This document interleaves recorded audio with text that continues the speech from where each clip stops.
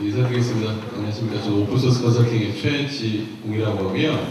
오늘 클라우드 플랫폼에 해당하는 부분하고 요즘에 들어보셨을지 모르지만 도커라는 이제 기술이 요즘에 데브옵스라는 형태의 동향을 얻어서 한참 붐을 일으키고 있는데, 이 부분에 대해서 개발하고 운영에 대한 관점에서 저희가 어떤 방식으로 접근을 하고 도대체 이런 기술들이 왜 지금 큰 반향들을 불러일으키고 있는지에 대한 부분을 말씀을 드리도록 하겠습니다.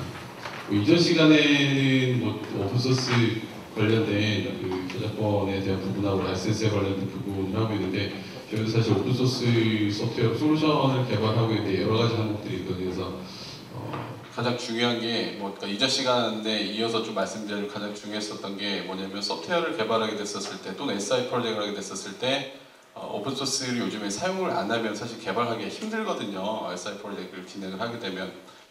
그랬었을 때 아까 사례로 S사도 나오고 L사도 분명히 나오고 이렇게 됐었을 텐데, 요즘에는 아까 코달이라는 것도 있었지만 블랙덕 소프트웨어 같은 것들을 아예 도입을 해서 코드 쪽의 라이센스에 대한 위반 같은 것들이 이루어지고 있는지 없는지 사실 SI 쪽에서 프로젝트를 다 하고 있거든요. 그러니까 전자만 하더라도 프로젝트 진행이 다 끝나게 되면 무조건 산출물에 해당하는 거를 전사 조직 내에 품질 관리하는 팀에 소스 코드를 전체를 다 보내가지고요, 블랙덕 같은 소프트웨어를 이용해서 실제 개발자가 그냥 라이센스를 무단으로 GPL 같은, 가장 위험한 게 GPL이잖아요. GPL이라든지 이런 형태의 코드를 그대로 베껴서 개발을 했는지 안 했는지 전부 다 검사를 하고, 그런 것들을 피해나가기 위한 여러 가지 방법들을 되게 고민을 많이 하고 그렇게 노력들을 하고 있거든요. 사실 그거는 기업이 가져가고 있는 어떤 커다란 프로세스에 대한 부분이거든요. 그러니까 개발에 대한 영역하고는 완전히 다른 거고요. 그래서 오늘 이제 그것하고 연관을 시켜서 저희 조직 기업들이 가져가고 있는 개발을 하게 됐었을 때 소규모로 적용하는 건 약간 테스트 정도의 형태로 할 수가 있고요. 엔터프라이즈 환경에서 조직적인 프로세스를 어떻게 만들어내고 그런 부분에 있어서 초기 개발, 그 다음에 테스트, 그 다음에 품질, 그런 것들을 전부 다 프로덕션 환경으로 옮기게 됐었을 때 괴리가 있는 부분들을 어떻게 이런 솔루션들이 해결해 줄 수 있는지에 대한 부분에 대해서 한번 설명을 해보는 시간을 가져보도록 하겠습니다. 그래서 두 가지 꼭지로 지금 나눠놨는데요. 여기 지금 개발하고 계신 분들 계세요? 아니면 운영? 그러면 다 품질만 하고 계세요? 네. 네, 여러 가지 다양한 관점이 있을 수가 있는데요. 지금 제가 발표하는 부분은 크게 두 꼭지로 나눠서 설명을 해드릴 예정입니다. 개발을 하고 운영에 관련된 부분들을 이제 다 다루게 되는데, 실제 단순하게 개발된 애플리케이션들을 어떻게 운영으로 빌드하고 그것들을 실제 사용하게 될 수 있는지, 그 부분에 대해서 이제 클라우드 환경에서 개발을 할 수 있는 파스 플랫폼에서 서비스라는 파스를 한번 다뤄볼 거고요. 이거는 이제 가상화라는 형태, 아니면은 서비스 프로바이더 입장에서 개발할 수 있는 환경을 이제 미리 구축을 해서 이제 주게 되는 파스 형태이고요. 그다음에 두 번째로 소개드릴 건 이제 도커라는 기술을 이용을 해서, 리눅스에는 이제 컨테이너 기술, 예전에 유닉스에도 있었거든요. 가상화에 해당하는 건 이미 예전에 IBM 쪽에 유닉스 또 메인프레임에서 이미 다 있었던 내용들을 저희가 요즘에 한참 클라우드라는 용어를 이용을 해서 지금 화두로 올려놓고 있는데요. 다 예전 기술들이거든요. 그런 것들이 실제 요즘에 데브옵스라는 개발과 운영을 함께하는 조직들에 대한 이런 프로세스를 저희가 생각을 하게 되면서 얼마나 효과적으로 개발 환경을 운영으로 옮길까에 대한 부분인 이 다커에 관련된 부분을 같이 소개를 해드리도록 하겠습니다. 이런 하드웨어 중심에는 모바일이라는 요즘에 가장 큰 핵심 이슈가 있습니다. 모바일을 통해서 기존의 개인이라든지 아니면 스타트업들이 애플리케이션들을 만들어서 굉장히 빠르게 성장하고, 그 다음에 새로운 신규 서비스를 창출해서 뭐 페이스북이라든지 이런 SNS 같은 그런 폭발적인 성장을 이루게 됐었고요. 그래서 그 하나의 커다란 트렌드 변화를 알 수가 있는데, 사실 모바일에 관련된 부분들, 사실 그 전에 소셜이 있었다라고 이야기를 할 수도 있고요. 그 다음에 모바일을, 그러니까 스마트폰을 통해서 모바일이 팽창을 하면서 팽창되어지는 사용자의 숫자를 감당하기에는 기존의 IT의 환경으로, 즉 뭐냐면 기획을 하고, 그러니까 기한을 올려서 서버를 살 거를 그 예산 책정을 하고요. 그 다음에 서버를 발주해서 시스템 엔지니어들 불러서 OS 깔고 미들웨어 깔고, 그 다음에 애플리케이션 개발자들 나름대로 전부 다 구성을 해서 프로그램을 만들고 그런 것들을 서비스화 시키고, 그래서 갑자기 저희가 사용 추이를 봤었는데 사용자가 폭발적으로 늘어났어요. 그때 어떻게 해요? 다시 돌리거든요, 그 프로세스 과정을. 그런데 그게 소규모 기업 같은 경우에는 문제가 안 되는데, 큰 엔터프라이즈 기업 같은 경우에는 정책이라는 게 있고 소위 구매 프로세스라는 게 있기 때문에 확장에 대비를 할 수가 없는 그런 환경이었거든요. 거기에 딱 맞는 그 개념이 사실 초기에 가상화라는 것을 이용을 해서 저희가 원하는 서버들을 즉시 하이퍼바이저라는 곳에다 올릴 수 있는 이런 환경, 즉 좋게 말해서 클라우드에 관련된 부분들이 그러한 그 모바일 쪽에서 들어오는 폭발적인 그 요청들을 오토스케일, 그러니까 자동으로 확장해 나갈 수 있는 그런 부분으로 해결해 줄 수 있는 이제 인프라스트럭처를 만들어주게 되는 계기가 되어져서 같이 영역이 확장이 되어졌습니다. 그럼 소스가 모바일이거든요. 소스 모바일 쪽에서 그 수많은 요청들을 가져다가 기업들은 뭘 하려고 하냐면 대부분 다 광고 쪽, 그러니까 클릭하는 것들을 보고 이 사람들의 성향을 알아내서, 얼마 전에 뭐 페이스북 같은 경우에는 뭐 실제 저희도 모르게 전부 다 저희 정보를 수집해서 실제 무슨 생각들 하고 있는지 이런 그 조사 같은 것들을 한 적이 있었는데요. 그러한 그 폭발적인 데이터들 중에 저희가 가질 수 있는 그런 영역들을 정제를 해서 뭐 광고라든지 아니면 다른 형태의 플랫폼에 사용될 수 있는 형태로 만들어내는, 즉 비정형 데이터에 해당하는 부분들을 모바일과 클라우드 상에서 뽑아내는 빅데이터가 그래서 연관이 지어져서 같이 수출이 되어졌고요. 이런 것들이 다시 소셜로 넘어가는 이 전반적인 순환 사이클 안에 지금 현재 모든 기술이 다 이 안에 들어가 있거든요. 소위 모바일을 이용해서 뭐 집에 있는 뭐 홈 오토메이션에 관련된 부분은 지금 IoT까지 넘어가고 있는 상태고요. IoT의 수많은 기기들이 나오는 데이터를 이용해서 클라우드가 수집을 하고 그것들을 다시 빅데이터로 저희가 정제를 해서 시각화해서 그런 패턴들을 알아내고 또 다른 새로운 서비스를 창출하고, 이런 것들이 전반적으로 돌아갈 수 있는 영역의 하나의 큰 트렌드 변화라고 볼 수가 있을 것 같습니다. 그래서 가장 중요한 거는 여기서 그 나온 것처럼 그 기존에 저희가 일반적인 시스템 환경을 구성을 하게 됐었을 때, 개발도 마찬가지거든요. 예전에 그냥 유닉스 큰 거 한 시스템 하나 두드려 받고 그 다음에 파티션 열심히 나눠가지고서 그냥 개발하는 개발팀한테 계정별로 따로 주고 알아서 개발하고 알아서 컴퓨터 테스트하고 그렇게 하라고 처리했었거든요. 이러한 그 아까 얘기했었던 트렌드의 변화가 개발 방식하고요, 그 다음에 운영, 조직 프로세스까지 전부 다 바꿔버리는 계기가 사실 되었다라고 해도 저희가 뭐 딴지를 걸 수 있는 그런 상황은 아닙니다.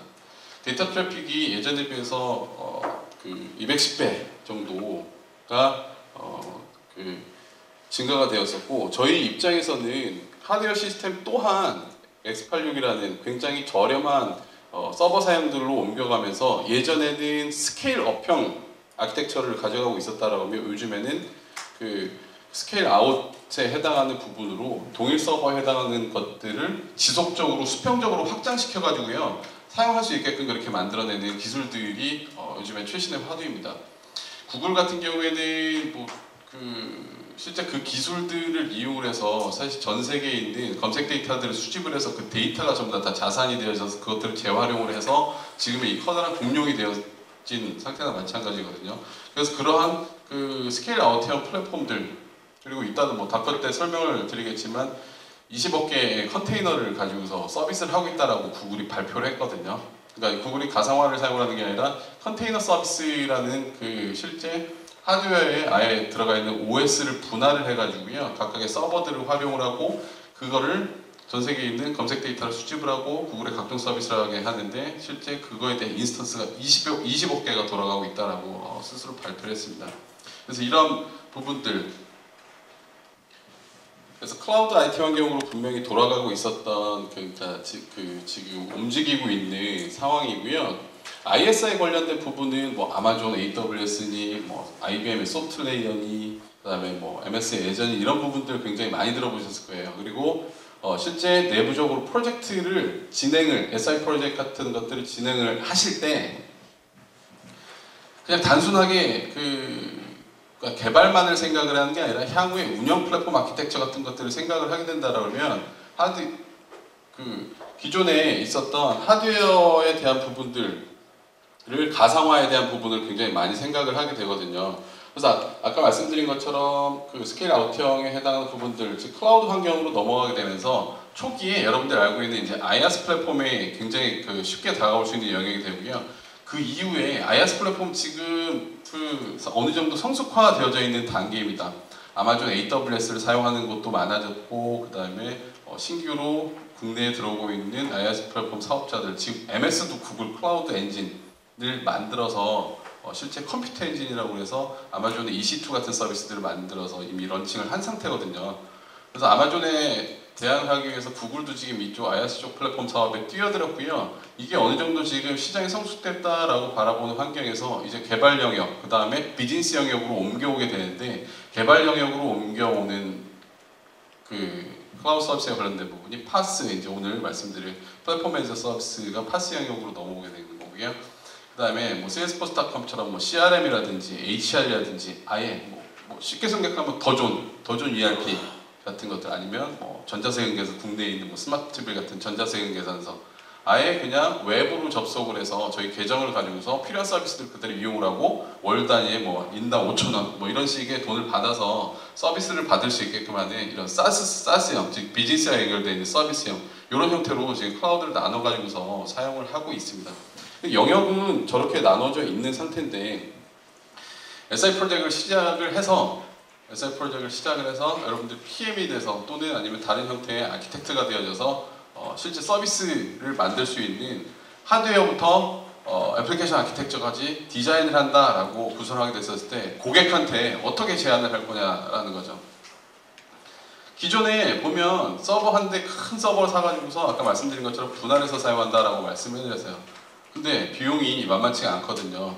차라리 x86 서버를 사서 리눅스 환경을 이용을 해서 구성을 하면 되겠다. 그리고 예전에도 보셨는데 모호사 같은 경우에는 시스템들을 어마어마하게 돌리고 있었거든요. 그룹웨어 쪽에 시스템들을 뭐 거의 한 100대 가까이를 돌리고 있었는데, 전체 시스템의 사용률을 사실 조사를 해봤더니 메일 서버, 아침에 그룹웨어 접속에 사람들 대부분 다 메일을 사용하거든요. 메일 서버를 제외한 나머지 60%의 다른 뭐 결제 시스템이라든지 아니면 기타 팀룸 같은 이제 형태의 어떤 그런 포털 서비스, 이런 것들에 대한 실제 사용량이 10%도 안 됩니다.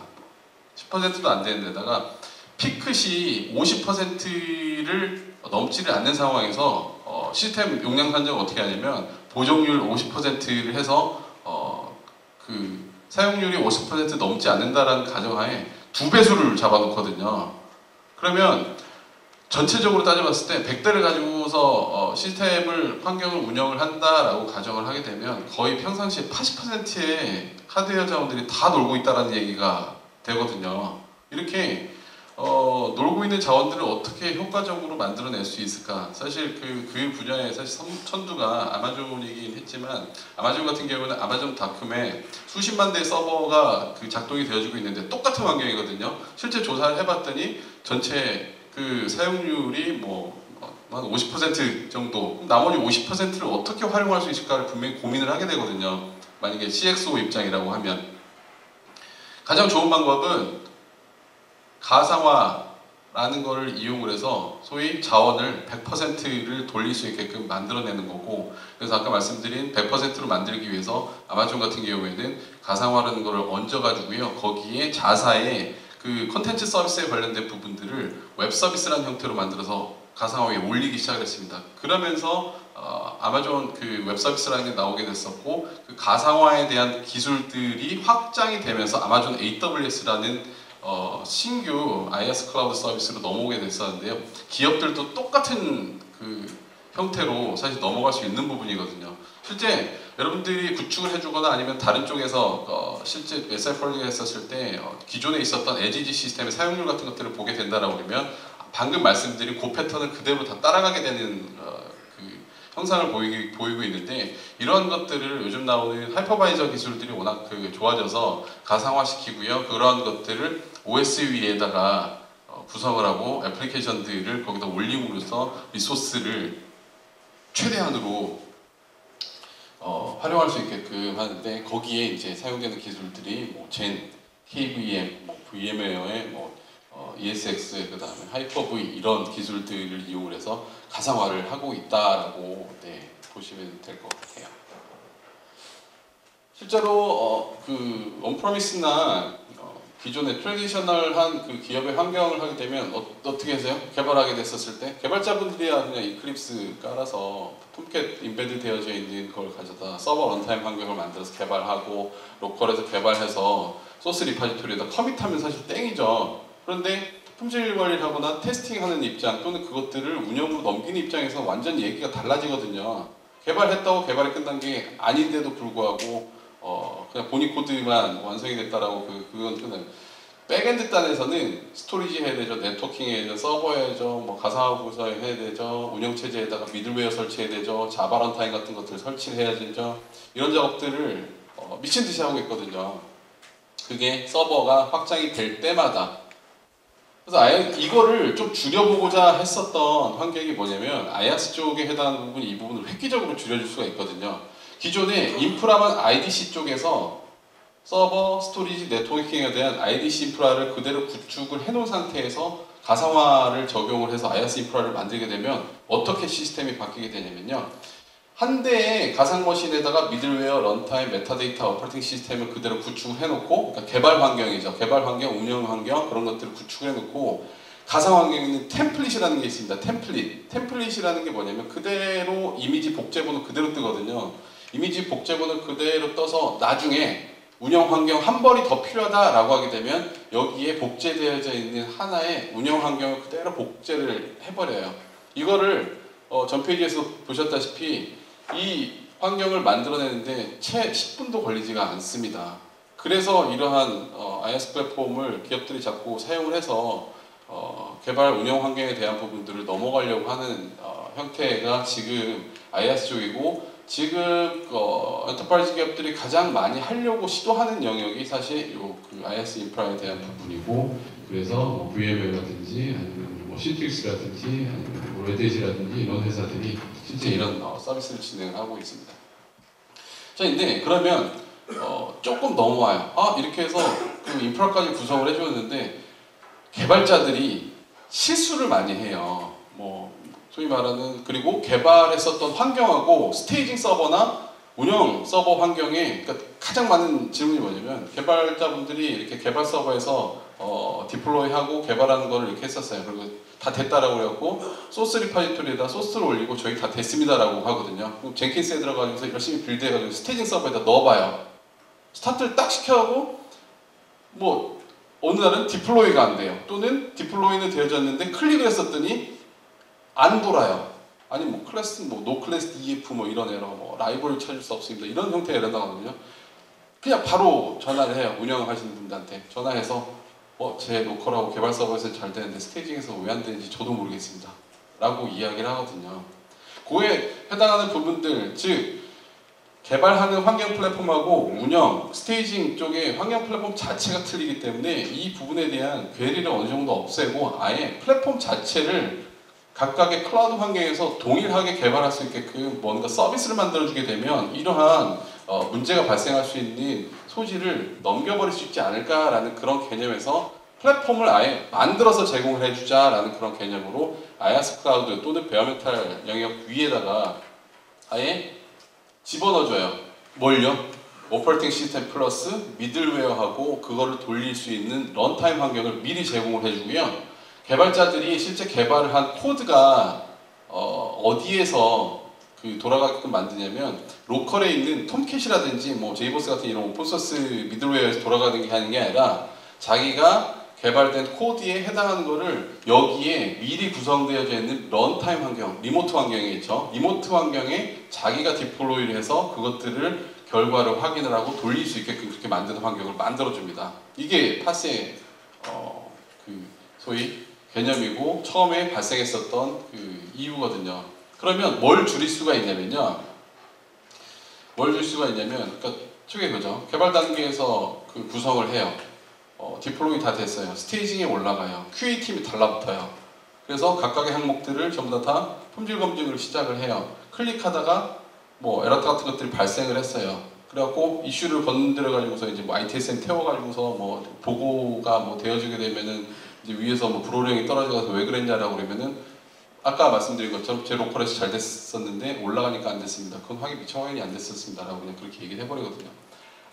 그거는 사실 요 해당하는 부분으로 아예 처음부터 개발해서 플랫폼에 올리게 됐었을 때 전사적으로 공통적으로 사용되어져 있는 동일한 환경에 개발자가 그대로 올려놓고 플랫폼 환경에서 테스트할 수 있게끔 그렇게 구성을 하고요. 나중에 QA로 그 QA 단계, 즉 테스팅 단계하고 QA 단계로 옮기게 됐었을 때 동일하게 구성된 요 파스의 미들웨어하고 런타임 환경만 그대로 세팅해서 주겠다라는 거거든요. 그럼으로 인해서 각각의 레이어에 해당하는 부분들을 전혀 문제없이 통과를 시키겠다라고 하는 입장에서 파스가 그래서 요즘에 굉장히 많이 화두가 되어져 있고요.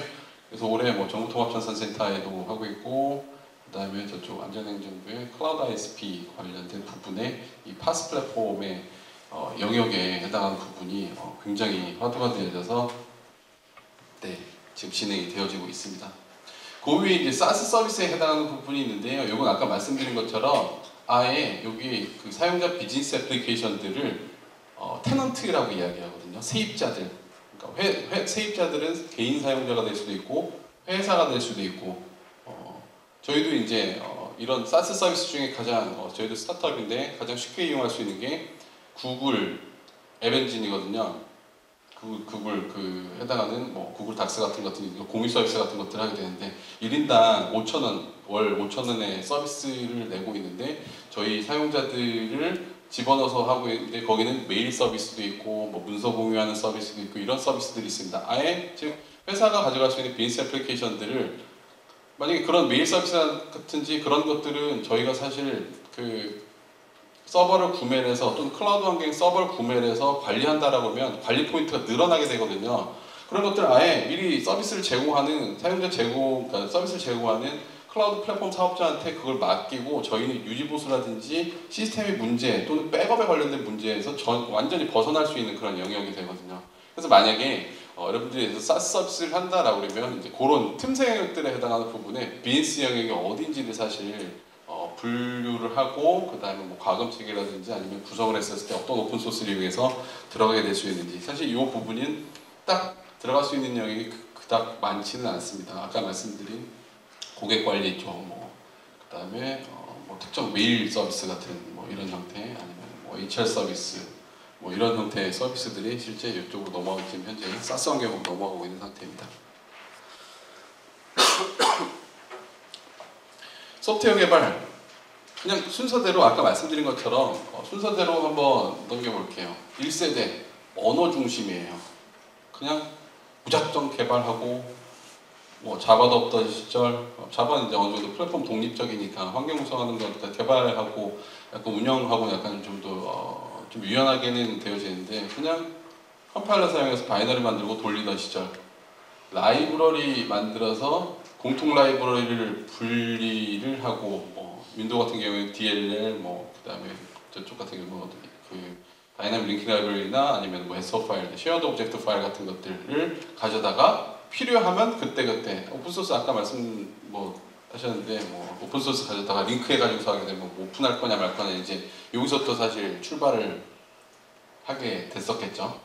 3세대는 그런 것들 라이브러리들이 모이다 보니 좀 더 개발하기 쉽게 해주자라고 그래갖고 프레임워크를 제공을 하기 시작을 했어요. 대표적인 프레임워크가 이제 전자정부 프레임워크. 그 전자정부 프레임워크의 코어는 스프링 프레임워크라는 게 있는 상태고, 그 다음에 요즘에 한참 화두되고 있는 파이썬 같은 경우에는 파이썬 라이브러리 같은 것들이 이미 전부 다 받아서 사용할 수 있게끔 만들어내야 되는데 그게 나올 수 있었던 얘기는 공통 개발 방식을 이용해서 소위 예전에는 진짜 프로그램을 짰는데 요즘에는 코딩을 그 카피 페이스트로 찍어내는 형태로 만들게 된 가장 커다란 계기가 이 프레임워크에 해당하는 부분이 될 수가 있고요. 3세대가 프레임워크에 따르면 지금 4세대 소프트웨어 개발은 어떻게 해서든지 이 플랫폼 사업으로 넘어가려고 하거든요. 플랫폼을 쥐는 사업자가 이 IT 세상을 지배할 수 있는 영역이거든요. 가장 대표적인 플랫폼 사업자가 지금 국내에서는 카카오죠. 카카오는 플랫폼을 가지고 있어요. 그리고 요즘 한참 IoT가 화두가 되어지고 있는데 이 IoT 쪽에 그러한 대용량 그 센서 데이터들을 처리하기는 플랫폼을 만들기 위해서 대부분 SI 업체들이 솔루션을 화시키기 위해서 어마어마한 투자를 하고 노력을 하고 있거든요.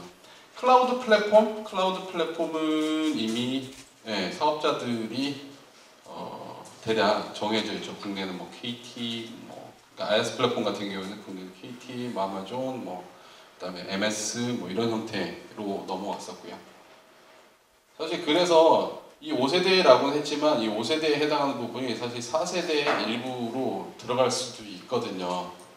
플랫폼이라는 게 그래서 전체를 포함을 시키고 확장시킬 수 있는 하나의 커다란 개념이 되어지고 있어서 저희 고객 중에는 이제 플랫폼을 뛰어넘는 플랫폼을 하나 더 만들어야지 요즘에는 새로운 신세계로 들어갈 수 있지 않을까, 만약 솔루션을 만든다라고 하면 그렇게 말씀도 하시는데 이런 형태의 지금 개발 환경이 변화가 됐습니다.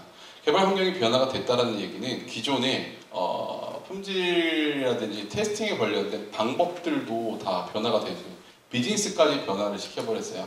예전에 워터폴 방식을 애자일 형태의 방식으로 소프트웨어 개발 형태가 바뀌는 형태가 됐었고요. 그다음에 비즈니스 같은 경우에는 사실 기획을 하고 그다음에 그 서비스를 런칭하는 단계가 타임 투 마켓이죠. 그거에 대한 단계가 굉장히 짧았다라고 하면 요즘에는 또 새로운 린 스타트업이라는 먼저 핵심 기능 가져다가 출시해 놓고 시장 반응 보고 그 다음에 기능 부처로 바뀌고 있거든요. 왜냐면 그렇게 투자를 했다가 실패할 가능성이 많기 때문에 그런 부분들을 어떻게, 즉 개발 방식의 변화까지 지금 현재 이러한 그 플랫폼에 해당하는 영역, 즉 모바일, 트렌드 변화가 이런 영역까지도 지금 전반적인 상황을 다 바꿔버렸습니다.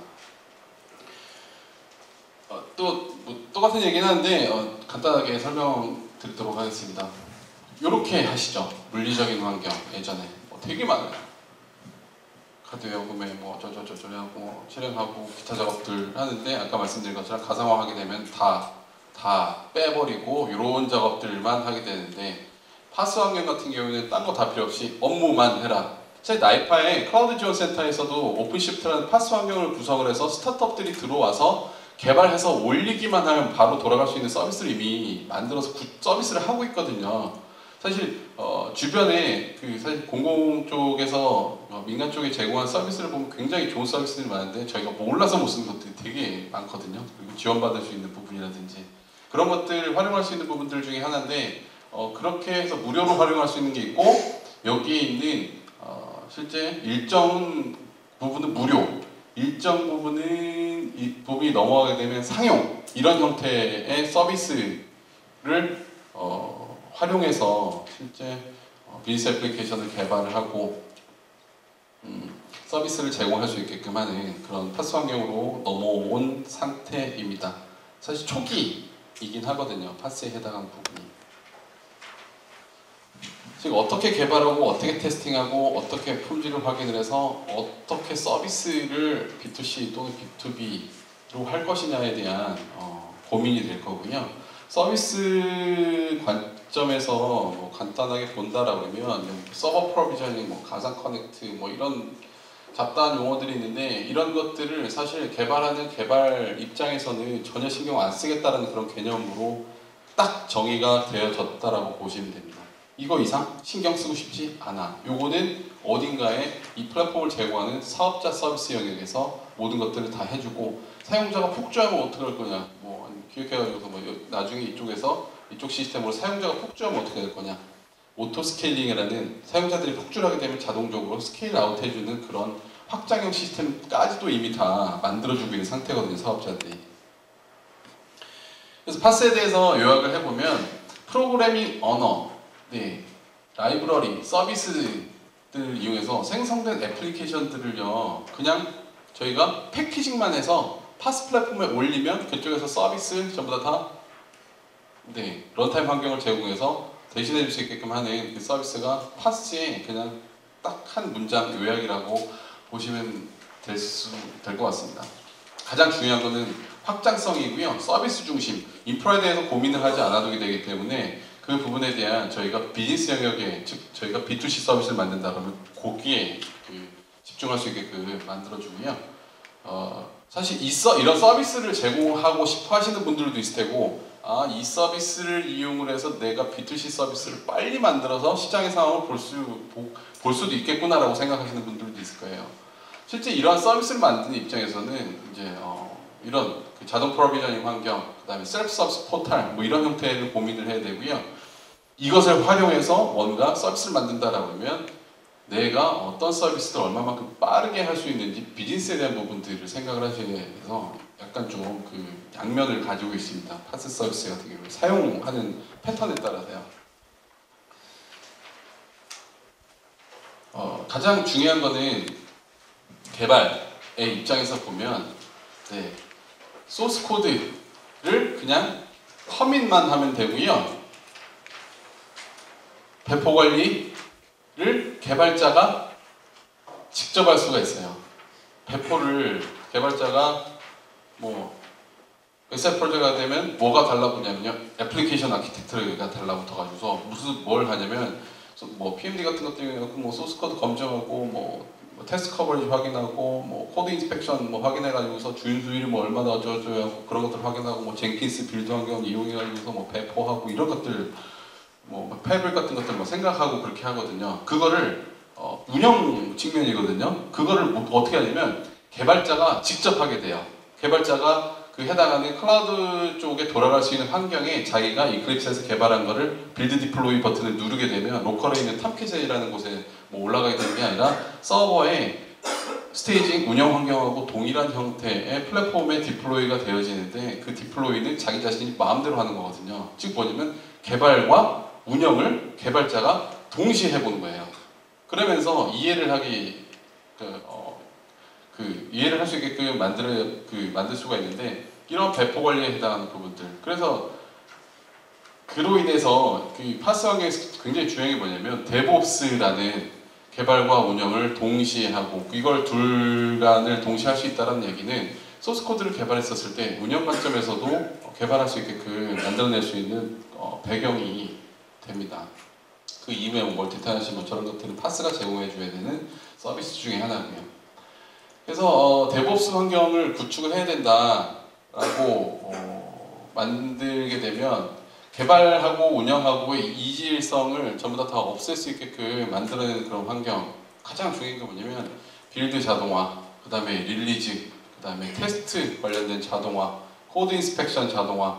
결국에 QA 엔지니어들의 실제 구성되어 있는 소프트웨어에 해당하는 부분들을 직접적으로 들어가서 왜 개발자가 실제로 개발했었던 그 환경 그대로이기 때문에요. 컨피그가 바뀌거나 아니면 문제가 발생할 수 있는 부분이 없거든요. 왜냐면 개발 레벨에서 테스트가 다 된 코드들이 스테이징 서버로 올라와서 QA 분들이 달라붙어서 테스트를 하기 때문에 그러한 실수들을 굉장히 줄여줄 수 있는 영역입니다.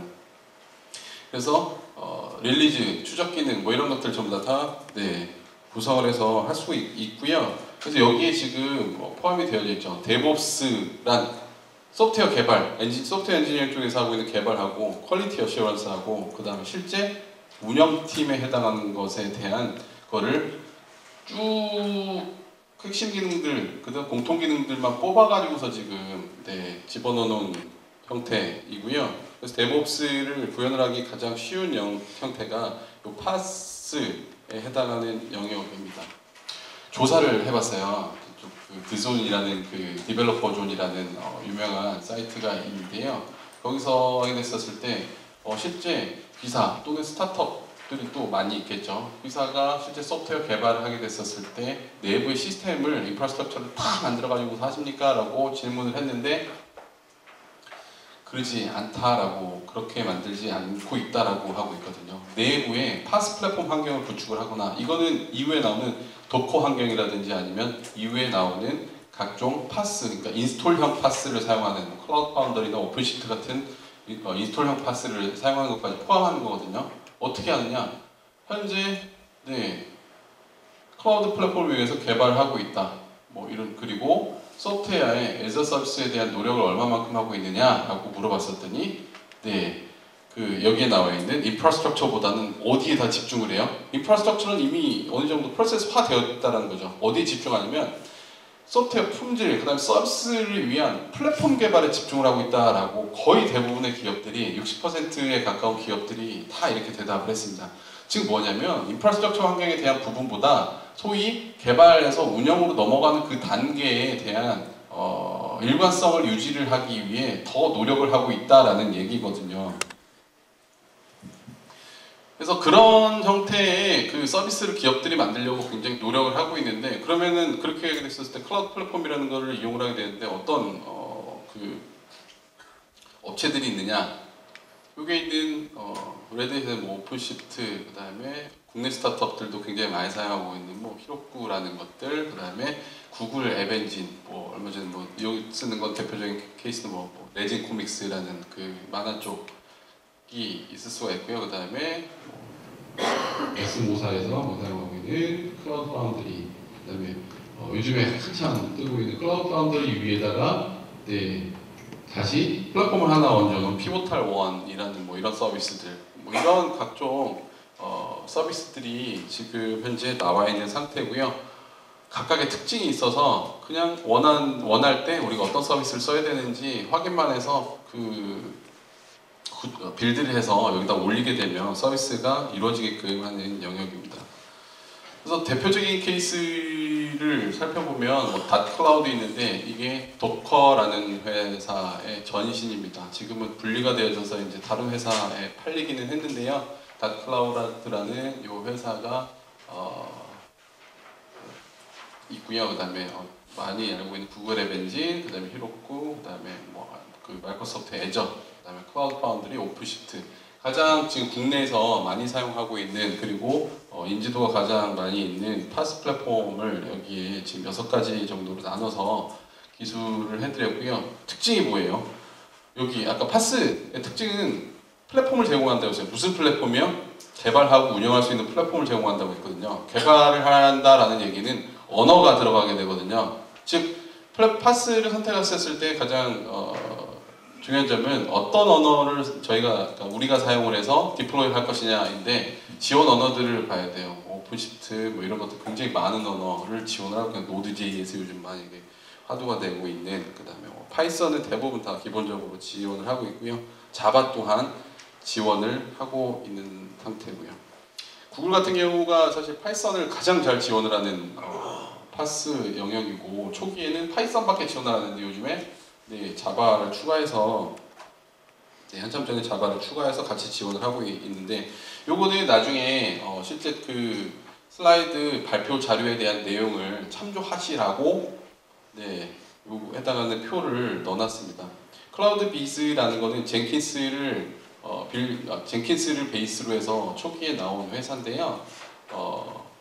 GitHub이라는 그 소스 리파지토리 쪽에 그런 것들을 연결시키게 되면 원격에서 GitHub에 있는 github.com이라는 사이트에 있는 소스 코드를 가져다가 자기 자사 플랫폼에서 빌드를 해서 내가 특정한 곳에 뭐 아마존 같은 데 디플로이를 하겠다라고 하면 아마존 쪽으로 디플로이를 하거나 이제 그러니까 중개자 역할을 하면서 시작을 했다가 그 이후에 파스 플랫폼으로 애플리케이션들에 대한 부분들을 지원을 하게 되는 곳이고요. 그 다음에 스타카토라는 또 다른 그 액티브 스테이트라는 그런 회사에서 이런 뭐 클라우드 파운드리나 다커라는 것들을 이용을 해서 그 위에다가 개발할 수 있는 환경을 만들어서 서비스를 하고 있는데, 여기서 봐야 될 거는 서비스 영역에 나와 있는 것 중에 어떤 서비스들을 할 수 있는지를 봐야 돼요. 확장형 서비스를 할 수 있는지, 그 다음에 저희 애플리케이션이 푸시 서비스를 해야 되고, 즉 모바일 백엔드 서비스 같은 것들도 해야 되고, 소위 애플리케이션 컨테이너 영역도 하면서 뭐 다른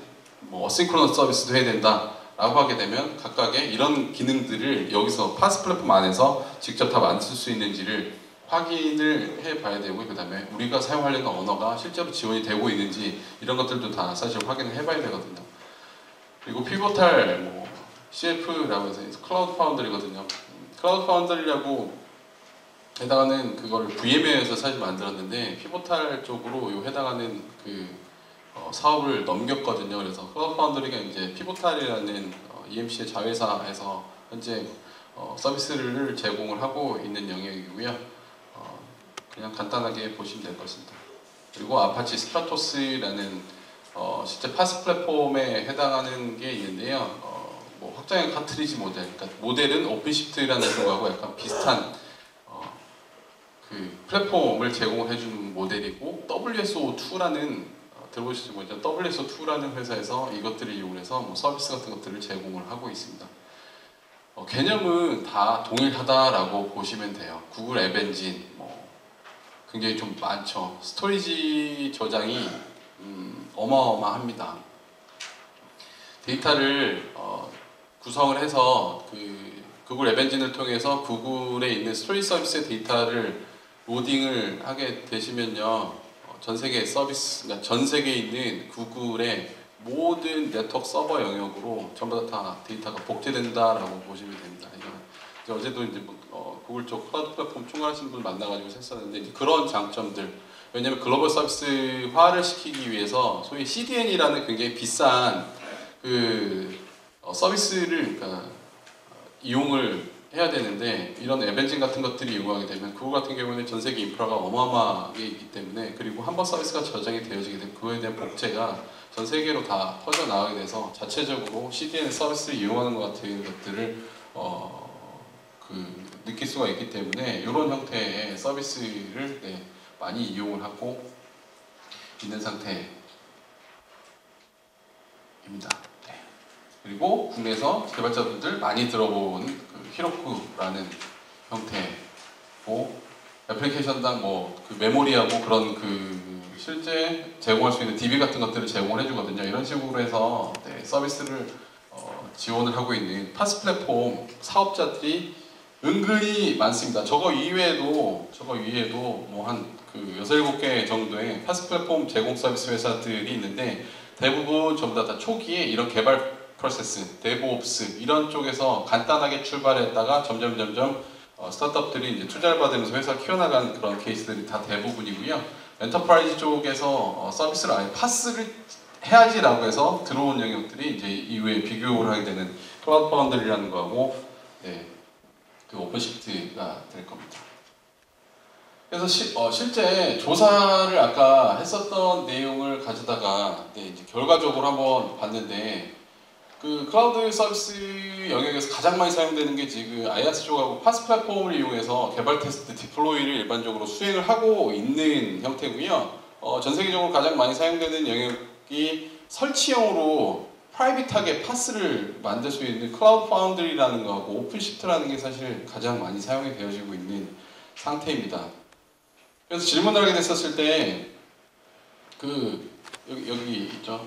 클라우드 파운드리하고 오픈시프트라는 거를 그 대부분의 회사들이 일부 도입을 해서 사용을 하고 있고, 클라우드를 통해서 생산성, 그 다음에 품질 이런 게 올라갔습니까? 라고 뭐 하게 됐었을 때 이러한 그 훨씬 더 빠르게 개발을 할 수 있고, 훨씬 더 빠르게 디플로이를 할 수 있고, 훨씬 더 효과적으로 테스트할 수 있다라고 대부분의 그 조사에 응답한 기업들이 답변을 해서 실제 기존에 있었던 소프트웨어 개발 프로세스에 뭔가 부가적인 장점을 얻어낼 수 있다는 것을 응답을 통해 알 수가 있습니다. 좀 기술적인 내용인데요. 뭐 클라우드 파운드리라는 솔루션이 있고 뭐 이런 기능들이 있는데, 이거는 특징적으로 요약해서만 말씀을 드리면 설치형이어가지고요, 기업 내부에 이 서비스를 가져다가 넣어놓고 개발 플랫폼을 전부 다 동일하게 만들어 버릴 수가 있습니다. 이제 요거는 각각의 특징을 가져다가 나중에 이런 환경을 고려하신다라고 하면 이러한 특징이 있구나라는 거를 확인을 해보시면 되고요. 약간 좀 그 복잡도가 있긴 하거든요. 기존의 이제 클라우드 환경에 대한 부분들을 구성을 한 상태 또는 아니면 뭐 베어메탈 형태의 서비스들을 만든 상태인데요. 기능은 비슷한 게 아니라 그냥 동일하다라고 보시면 됩니다. 근데 내부의 구성은 당연히 다르겠죠. 그리고 클라우드 그 플랫폼 서비스가 가져가고 있는 영역이 분명히 있기 때문에 각각의 컴포넌트들은 전부 다 서비스별 간의 매핑이 되어지는 상태고요. 그럼 개발된 거 와르로 패키징했어요. 또는 다른 형태로 패키징을 했어요. 어떻게 올리냐는 거죠. 애플리케이션 매핑을 하게 되면 저장소는 반드시 존재해야 되고요. 개발자분들은 여기에 패키징된 것들을 올리게 되면 그냥 버튼에 의해서 이러한 그 내용들이 디플로이가 돼서 사용할 수 있게끔 만들어내게 되고요. 그 다음에 중요한 것들은 이제 이런 차이점들, 멀티 테넌시 아키텍처를 어떻게 하게 되는지 이런 부분들에 대해서 생각을 해볼 수가 있습니다.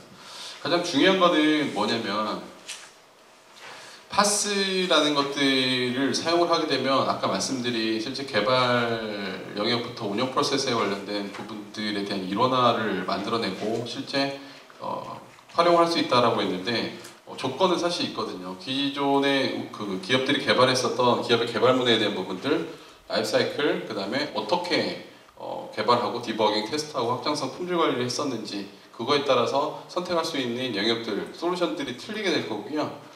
파스를 한다라고 했었을 때 IaaS 영역에 소위 말하는 IaaS 영역에 디플로이 되어지는 애플리케이션이냐 인프라 영역에 디플로이되는 애플리케이션이 아니면 저희가 만든 서비스가 SaaS 같은 형태로 만들어지는 서비스냐에 따라서 어떻게 만들어질지가 완전히 변화가 되어지게 되거든요. 그리고 실제 B2C 같은 형태의 앱을 이용한 서비스를 만들어낼 것이냐, 그러니까 뭐 클라이언트 트랜잭션이 일어나는 서비스를 만들 것이냐, 아니면 기업에 저희가 B2B로 팔 소프트웨어를 만들 것이냐에 따라서 또 달라지게 되고요. 그 다음에 운영 환경, 개발 환경에 대해서 뭐 대용량 트랜잭션 처리를 했었을 때 어떻게 할 것인지, 그 다음에 보안 장애에 대한 대응에 대한 부분들을 얼마만큼 잘 할 수 있는지에 대한 부분이 실제 파스에 대한 고려 사항이 될 수가 있을 것 같습니다. 두 번째로 이제 도커에 대해서 말씀드릴 텐데, 도커는 개념으로 따진다라고 그러면 똑같아요. 파스하고. 단 기술이 다르거든요. 무슨 기술이 다르냐? 한마디로 요약을 드리면 파스 같은 경우에는 하이퍼바이저 위의 가상화 환경 그런 것들을 이용해서 스케일 아웃, 뭐 자동 스케일링, 오토 스케일링이라든지 아니면 그런 시스템들을 만들어낼 수 있게끔 하는데요. 도커 같은 경우에는 완전히 다른 게 컨테이너라고 해서, 사실 그 컨테이너라는 용어가 굉장히 많이 사용이 되는데, 컨테이너라고 해서 하이퍼바이저 대신에 리눅스 컨테이너라는 개념이 들어가게 되는데, 리눅스에 보면 이제 C그룹스라는 그 라이브러리가 있거든요. 그거를 이용을 해서 네트워크, CPU, 메모리를 완전히 다 분리시켜버리는 그런 기술을 사용을 해서 이러한 가상화 없이 그냥 리눅스 베어메탈 한 대만 있으면 사용할 수 있게끔 만들어낼 수가 있고, 가상화를 돌리려면 소위 최소 서비스 사양이 굉장히 크거든요. 커야 돼요. 하이퍼바이저 위에 그 가상 머신들 OS를 만들어서 할당을 해야 되는데, 이거 같은 경우에는 커널을 공유를 하면서 사용하는 개념이기 때문에 실제 하이퍼바이저를 이용을 해서 가상화를 만든 것 대비 컨테이너를 이용한다라고 했었을 때 5배 이상의 시스템 용량을 더 사용할 수가 있거든요. 그래서 아까 말씀을 드렸었던 구글이 뭐 20억 개 서비스, 구글이 이제 20억 개의 컨테이너로 실제 전 세계 서비스를 커버하고 있다라고 말씀드렸는데, 구글이 가상화를 쓸까요? 뭐 당연히 쓸 수도 있겠죠. 하지만 실제 투자 대비 퍼포먼스에 대한 부분이 이런 컨테이너에 해당하는 부분들이 워낙 좋기 때문에 당연히 컨테이너 기술을 도입을 했었고, 이 분야의 최강자는 구글입니다. 구글 컨테이너 영역에. 그래서 이게 도대체 컨테이너가 어떻게 만들어지고 어떤 컨셉을 가지고 있는지, 개발 운영 프로세스에서는 아까 파스하고 거의 대동소이하거든요. 이 컨테이너를 활용을 해서 실제 개발 플랫폼 같은 것들을 만들어내고 있는데, 이게 도대체 개발과 운영을 이 컨테이너라는 게 어떻게 생겼길래 이걸 자꾸 요즘에 화두가 돼서 개발 단계부터 쓰거든요. 왜 이걸 자꾸 사용하려고 하는지를 한번 살펴보도록 하겠습니다. 컨테이너라고 얘기해요. 뭐 고래 모양의 배가 있는데 그 위에 컨테이너들을 실어 나르는 이제 그런 형태로 나와 있는데, 이거에 대한 그 첨부 자료는 실제 daker.io 사이트에 거기에 참고를 해서 저희가 요거를 해당하는 내용들을 만들었고요. GitHub이라는 곳에 소스가 그대로 공개되어져 있는 상태입니다. 컨트리뷰터들이 존재를 하게 되는데 아까 닷클라우드라는 스타트업 회사에서 만들어서 사용을 했는데 리눅스 컨테이너라는 기술을 관리하기가 굉장히 어렵거든요. 그래서 대부분 진입이 쉽지 않았었던 영역인데 이거를 리눅스 컨테이너를 굉장히 사용하기 쉽게 만들어준 회사가 이 초기에 닷클라우드라는 회사에서 이걸 만들게 됐고요. 그래서 실제 애플리케이션을 올릴 수가 있는 환경을 여기서 만들어주게 되는데 여기 나오는 멤캐시티, 레디스, 노드.js 이런 것들을 전부 다 환경을 이 컨테이너 내에서 다 제공을 해 주거든요. 즉 뭐냐면 아까 팟에서 말씀드린 런타임 환경을 이 다커라는 기술을 통해서 사용을 할 수 있게끔 그렇게 만들어내고 있습니다. 고객이 거꾸로 구글, 렉스페이스 이런 클라우드라든지 아니면 전 세계 플랫폼 사업자가 고객으로 지금 되어져 있고요. 지금 닷클라우드는 아까 말씀드린 내부 프로젝트로 시작을 했는데 굉장히 짧게 됐어요. 이제 만 2년도 안 됐거든요. 그런데 어마어마하게 성장을 했고요. 구글이 다커라는 것을 사용을 하기 시작을 하면서 기존에 파이썬이라는 걸 만들어진 거 이제 고라는 언어로 구글의 언어로 다시 바꾸게 됐고요. 용어만 따진다라고 하면 라이트웨이트하고 경량화되어진 이제 이식 가능하고 이제 작업자족의 컨테이너다. 그러니까 스스로 자기가 필요한 기능을 보충하는 컨테이너다라고 이야기를 하는 게 실제 다커의 기능입니다. 개발 테스트, QA 배포만 따진다라고 하면 생각해보세요. 인프라가 구성이 되어졌어요. 해당하는 하부에 인프라스트럭처가 구성이 되어졌어요.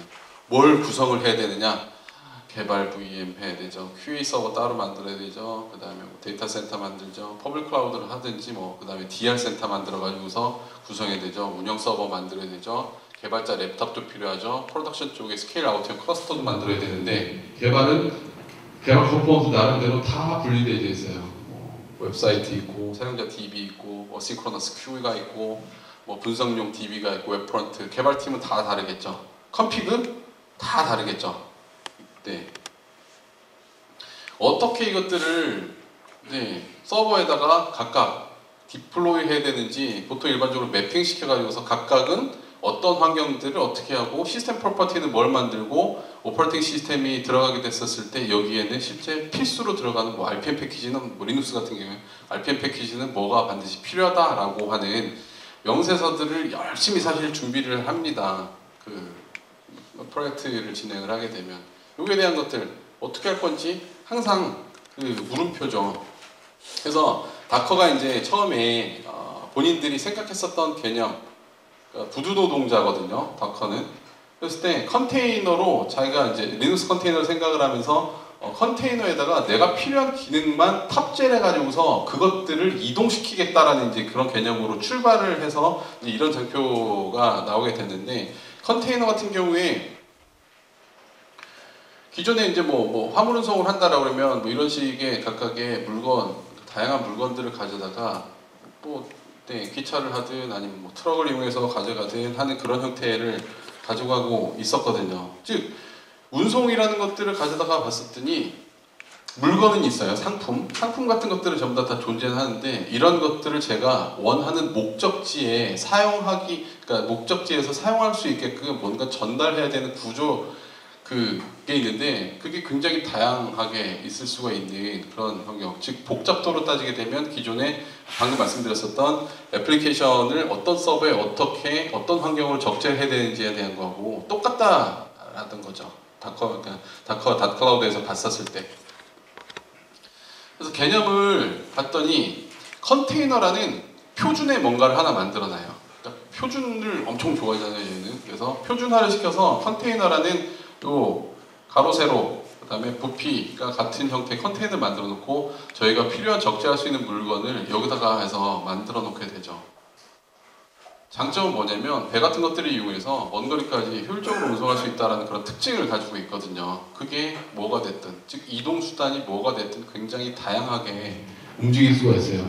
즉 목적지가 어디냐면 목적지는 요건 지금 굉장히 다양하겠죠. 뭐 일반 고객이 될 수도 있고, 특정 공장이 될 수도 있고, 마트가 될 수도 있고, 이런 행태가 될 수 있는데, 여기서 개념을 딴 거거든요. 아, 그러면 내가 운송해야 되는 그런 것들을 컨테이너라는 개념에다 집어넣고, 개발 서버면 개발 서버, 운영 서버면 운영 서버, 이런 형태로 각각을 담아서 필요한 곳에다가 하적을 해주면 되지 않겠느냐라는 그런 개념으로 컨테이너를 생각을 했었고, 이 개념을 봤었더니 이미 유닉스 시대 그 이전에 메인프레임 시대부터 컨테이너라는 개념은 존재를 하고 있었고요. 유닉스 뭐 솔라리스 같은 경우는 뭐 존 같은 이런 형태의 컨테이너 개념이 따로 있었거든요. 즉 하나의 OS 안에 여러 개의 분리된 OS가 있는 것처럼 바라보게 만드는 거거든요. 그 기술에 해당하는 거를 사용을 하겠다라고 생각을 했습니다. 예전에 이런 식의 그냥 무대뽀로, 이게 지금 예전의 개발 방식이라고 보시면 돼요. 무대뽀로 그냥 그때그때 해서 모양도 전부 다 틀리고 부피도 틀리고 하는 거를 뭐 이런 도구들, 도르래 같은 것들 이용해서 선적을 해서 쌓아놨다라고 하게 되면 이제는 그건 아니죠. 뭐 컨테이너 선이 있다라고 하면 어디에 운송을 하느냐에 따라서 똑같은 크기가 되기 때문에 배를 만들어서 적재를 할 때도 소위 아주 효과적으로 운송할 수 있게끔 쌓을 수 있는 그런 환경이 지금 되어졌다라고 보는 거거든요. 그래서 개념이 뭐냐면 개발자가 웹사이트를 개발하고 그러니까 데이터베이스 엔지니어가 뭐 사용자 데이터베이스 같은 것들을 구성을 해요. DB 구성할 때 환경 틀리고, 웹사이트, 스테이트 웹사이트 할 때 환경 구성 틀리고, 큐 만들었을 때 환경 틀리고, 분석 DB 만들 때 환경 틀리거든요. 그것들에 해당하는 거를 대부분 소위 운영팀에서 그 스펙을 받아가지고요, 개발 서버 따로 하고, 운영 서버 따로 하고, 뭐 그다음에 스테이징 서버 따로따로 각각을 다 구성을 하게 되는 그런 그 형태인데, 또는 가상화를 통해서 이제 뭐 찍어낼 수 있게끔. 그런데 이것들을 하나에다 집어넣고 내가 필요한 것만 여기다 담아가지고 각 서버로 그냥 배포를 하면 되지 않을까라는 이제 컨셉입니다. 그래서 개발자는 자기가 한 번에 해서 빌드해서 그러니까 도커라는 형태로 그 빌드를 하게 되면 이 컨테이너 모양이 그대로 생기고요. 이 컨테이너 모양을 리파지토리에 올려버리거든요. 리파지토리 뭐냐면 화물선이라고 생각을 하면 돼요. 컨테이너선에다 올리고 내가 목적지를 정해주게 되면 그게 목적지 서버에서 가져올 수 있게끔 그렇게 만들어내는 개념으로 이 도커라는 게 실제 개발이 되어집니다. 가장 손쉽게 생각할 수 있는 게 뭐냐면 라이브 CD 같은 거 들어보셨어요? 라이브 CD? 뭐 우분투나 뭐 센토베이스 이런 데 웹사이트에서 가보면은 저희가 이제 라이브 CD라고 그래갖고 USB에다가 OS를 그냥 집어넣어 놓고 OS는 이미 설치가 되어져 있어요. 근데 내가 부팅을 그냥 리눅스 좀 테스트 해보려고 리눅스에다 부팅을 이렇게 해버려요. 그럼 USB를 이렇게 놓고 부트 그 시퀀스를 USB로 잡아놓게 되면 리눅스를 올려서 사용할 수가 있거든요. 근데 걔네들은 전부 다 어디서 올라가요? 그냥 메모리에서 작동됩니다. 메모리에서 작동이 되어지는 이런 형태인데 똑같아요. 그냥 들고 다니면서 그게 제가 지금 이 노트북이라고 안 되겠어요? 여러분들 지금 앉아있는 노트북에 가서 거기서 이 OS 꽂아가지고 하게 되면 그대로 올라오잖아요. 그죠? 그러니까 동일한 개념으로 내가 개발한 환경, 그리고 저희가 이제 데모를 보일 때 가장 많이 하는 게 뭐냐면 버추얼 박스 같은 것들을 가지고 VMDK를 만들어서 걔를 뜹니다. 이렇게 떠요. VMDK에 이제 이미지 파일을 떠가지고서 버추얼 박스가 있는 다른 곳에 가서 그거를 이미지를 놓고 띄우게 되면 그 환경 그대로 올라오잖아요. 설정 바뀐 게 전혀 없거든요. 그대로 가서 데모를 하게 되는 이제 이런 형태. 즉 데모의 법칙을 안 만들 수 있는, 또는 문제를 발생할 수 있는 소지를 굉장히 줄일 수 있는 형태의 개념이거든요. 그래서 라이브 CD 같은 그런 개념이 되어 있을 수가 있는데, 아까 말씀드린 것처럼 개발이라는 게 이 하나의 그 관점으로 돌아가고 있는데, 운영체제와 서버를 저희가 완전히 다른 영역으로 생각을 하고 저희는 오로지 개발에만 집중을 하고 그 다음에 컴피 같은 것들을 구성을 했었을 때 변경사항만 받아볼 수 있게끔 한번 만들어보자 하고 생각을 해볼 수가 있습니다. 그러면 첫 번째 그 운영과 개발을 이원화되어져 있는 환경을 전체를 다 동일하게 만들 수 있는 방법들을 한번 생각해 볼 수가 있거든요. 기존에 일반적인 개발 환경을 구성한다라고 하면 아까 말씀드린 것처럼 필요한 리소스를 계정을 통해서 정의하고 실제 각각의 시스템에 배포를 하는 방법. 시스템들은 물음표는 서로 다른 모양을 가지고 있어요. 서로 다른 모양에서 문제가 발생할 수 있는 소지가 분명히 있거든요. 그걸 하기 위해서, 그러니까 그거를 극복을 하기 위해서 어떻게 했냐면, 요즘에 나오는 있는 혹시 들어보실지 모르지만 퍼펫이나 셰프라는 게 있어요. 거기에 가상화에 그 버추얼 머신 템플릿이라는 게 존재를 하거든요. 가상화 템플릿을 이용해서 가상 머신을 만들고 소프트웨어 환경은 셰프라는 또는 퍼펫이라는 이 프로비저닝, 그러니까 컨피그 매니지먼트를 할 수 있는 리파지토리에서 설정을 가져다가 자동적으로 서버를 배포를 하는 그런 기법들을 사용을 하고 있습니다. 현재 가장 많이 사용하고 있는 기법이에요, 이게. 학습 곡선이 조금 있긴 하지만 전체 서버의 컴퓨레이션을 동일하게 만들어낼 수 있는 가장 효과적인 방법입니다, 이게. 지금 현재 사용할 수 있는 뭐냐면 가상화 플러스 컴퓨레이션 매니지먼트 도구. 네. 그래서 이런 것들을 프로비저닝해서 지금 현재 개발 환경이라든지 이런 부분들을 만들어내고 있고요. 그것들을 조금 더 확장을 해놓을 수 있는 이제 아까 말씀드린 컴퓨레이션 매니지먼트에 뭘 얹었냐면 아까 가상화를 더 얹어가지고요. 방금 말씀드린 것처럼 현재 가장 많이 사용하는 방법이고요. 서버를 10분 안에 프로비저닝을 하고 서버가 올라오게 되면 이닛 스크립트라는 것들을 이용해서 리포지토리에서 컨피그를 자동으로 다 받아버립니다. 그래서 개발, 운영, 스테이징 서버의 환경을 다 동일하게 맞춰버려요. 그렇게 해서 사용할 수 있게끔 이런 환경을 하게 되는데 얘는 이제 가상화에 관련된 부분으로 하이퍼바이저가 필요하고요. IaaS 플랫폼을 구성을 해야 되기 때문에 실제 뭐라고 해야 되냐 환경 구성에 대한 부분들에 대한 제약사항이 약간 좀 있습니다. 가상화를 구성하게 된다라고 그러면 뭐 매니지먼트만 분리해야 되고 서비스만 분리해야 되고 네트워크 생각해야 되고 스토리 생각해야 되고 데이터 센터 디자인 생각해야 되고 이렇게 해야 되는데 이런 것들도 사실 불필요하게 만들어보자 라는 거죠. 프로비저닝을 하게 됐었을 때 서버가 사실 입고가 되거든요. 이런 거예요. 서버 입고해요. 그럼 아까 이제 가상화 환경과 같이 하거든요. 부팅을 하면서 오퍼레이팅 시스템을 설치를 하고 하이퍼바이저를 세팅을 해서 가상머신 풀을 만들어서 개발 환경이나 이런 것들을 전부 다 세팅을 하고 셰프 같은 것들을 이용해서 리파지토리에서 컨피그를 받아가지고 가상머신에 때려박고 VM을 사용자한테 할당해서 사용하십시오라고 이제 이렇게 시작을 하는 게 일반적인 프로세스로 보면 이제 굉장히 복잡하게 되어져 있거든요. 배포 서버도 만들어야 되고 VM 프로비저닝 풀도 만들어야 되고 하부에 이제 인프라스트럭처의 리소스들도 관리를 해야 되고 이런 부분들이 있는데 이런 것들을 전부 다 차치하고 그냥 베어메탈 이미 있는 쪽에 베어메탈 서버 한 대에다가 이런 것들을 전부 다 뺀 상태에서 한번 개발을 하고 운영을 하면 얼마나 좋을까라는 생각을 할 수가 있죠. 도커는 그래서 개념을 도입을 한 게 뭐냐면 Git이라는 곳에서 그거를 발상을 받아서 해당하는 명령어들을 사용해서 만들 수 있게끔 만들어 놨습니다. 즉 뭐냐면 일반 요즘에 대부분 SCM이라고 하는 소스 컨트롤 매니지먼트에서 VCS 버전 컨트롤 시스템 같은 것들을 활용을 해서 개발을 많이 하시잖아요. 즉 개발자분이나 운영자분들은 이거에 되게 익숙해져 있어요. 그러니까 버전 관리를 하는 툴에. 그리고 요즘에 예전에는 SVN, 그전에는 CVS 이런 것들을 많이 썼지만 요즘에는 Git을 많이 쓰거든요. Git을 많이 사용을 하게 되면서 Git에 대한 명령어에 굉장히 익숙해져 있는 상태입니다.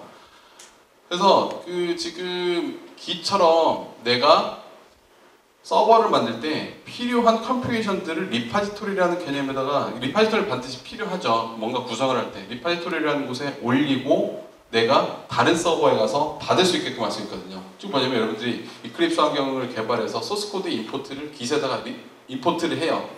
그러면 제가 다른 PC에 가서 개발을 못 할까요? 집에 PC 환경 그대로 구성을 해놓고 이클립스 환경 만들어 놓고 Git에서 클론을 떠가지고서 그대로 하게 되면 집에도 똑같은 개발 환경이 만들어져요. 저희 회사는 이제 일부 재택근무를 다 하고 있는데 소프트웨어 개발하시는 분들이 어떻게 되냐면 회사에서 개발을 하다가 집에서 개발을 계속 해야 되겠어요. 노트북 들고 가요? 안 들고 가거든요. 어떻게 해요? 리파지토리에 커밋을 하죠. 뭐만 돼요? 커밋은 변경사항만 커밋이 됩니다. 변경사항. 그리고 어떻게 해요? 이제 빈몸으로 집에 가서 집에 PC를 켜고 개발 환경 켜고 Git에서 네, 푸시를 해놓은 거를 이제 당기면 변경된 소스 코드만 내려오거든요. 즉, 그러니까 움직일 수 있는 환경, 딱 그 도커가 그런 개념이거든요. 그런 개념을 통해서 아예 서버를 그런 개념을 통해서 관리를 하고 컨피그레이션 관리할 수 있는 그런 개념으로 기스에서 그대로 따왔습니다. 그러니까 기스 언내면 뭐 오리진 마스터, 그러니까 오리진에 해당하는 부분으로 실제 마스터에 해당하는 거를 땡겨와라라고 그래갖고 로컬의 환경을 그대로 구성을 하죠. 똑같은 개념으로 오퍼레이팅 시스템이 있었을 때 내가 가져가고 있는 서버의 컨피그레이션들을 동일하게 가져갈 수 있는 뭔가 리파지토리를 하나 만들어 놓고 거기서 땡겨받으면 이제 이후에도 이제 그림에서 보시겠지만 땡겨받아서 그 구성을 하면 손쉽게 그리고 굉장히 빠르게 프로비저닝 하지 않을까라는 그런 생각을 저희가 해볼 수가 있습니다. 컨테이너하고 VM의 이제 관계를 생각을 해보면 VM 같은 경우에는 반드시 버추얼라이제이션 타입 2에 해당하는 하이퍼바이저가 있어야 돼요. 즉 네트워크에 해당하는 뭔가 그 NIC 카드 같은 것들을 그대로 사용하니까 OS가 공유를 이렇게 하면서 사용하거든요. 즉 이 게스트 OS의 애플리케이션이 네트워크를 무지하게 잡아먹는 애플리케이션이었다라고 그러면 이 하이퍼바이저의 호스트 OS의 리소스는 한정이 되어져 있기 때문에 여기에 올라가 있는 애플리케이션들이 더 실행을 하고 싶어도 하드웨어 리소스가 딸린다라고 하면 실행 못해요. 그러니까 제약을 받을 수밖에 없는 상황이거든요. 즉 거기에 하이퍼바이저가 중간에서 이 메디에이터 중재자 기능을 해주면서 처리해야 되기 때문에 성능을 거의 제대로 낼 수 없는 그런 환경이 만들어질 수도 있습니다.